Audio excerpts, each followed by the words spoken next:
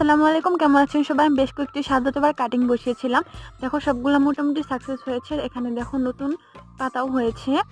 আমি এখানে কমলা রঙের রঙ্গন ফুলের গাছ বসিয়েছি। দেখো এটা হচ্ছে আমার লাল রঙের কুঞ্জলতা ফুল গাছ। বেশ কয়েকটি কলি হয়েছে। ছোট গাছে অনেক ফুল চলে এসেছে, কারণ এখানে খুব একটা রোদ পায় না। এখানে বেশ কয়েকটি বীজও হয়েছে, কিন্তু এগুলো এখনো কাঁচা।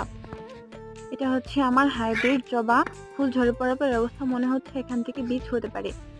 দেখেছো সবাই? এটা হচ্ছে আমার লাল পেন্সিল জবা। ছোট একটা ডাল বসিয়েছিলাম। এই হচ্ছে আমার চন্দ্রমল্লিকার গাছের অবস্থা। বাকিগুলো পোকাতে খেয়ে ফেলেছে একটা গাছে। এই গাছটার নাম কি জানা থাকলে অবশ্যই তোমরা জানাবা আমাকে। এটা হচ্ছে গোলাপি রঙের রঙ্গন ফুলের গাছ। আমার সাদা নেই। এটা আমার খয়রি কালার চন্দ্রমল্লিকা। একটি ডাল বসিয়ে দিয়েছি। এটা হচ্ছে পাতাবাহার, এই ডাল থেকে কুড়ি হয়েছে। এটা হচ্ছে আমার চন্দ্রমল্লিকার ছোট্ট একটা গাছ থেকে পাতা হয়েছে। আমার গাঁদা। এটা হচ্ছে আমার লাল গোলাপের গাছ। এই দেখো কসমস ফুল গাছ।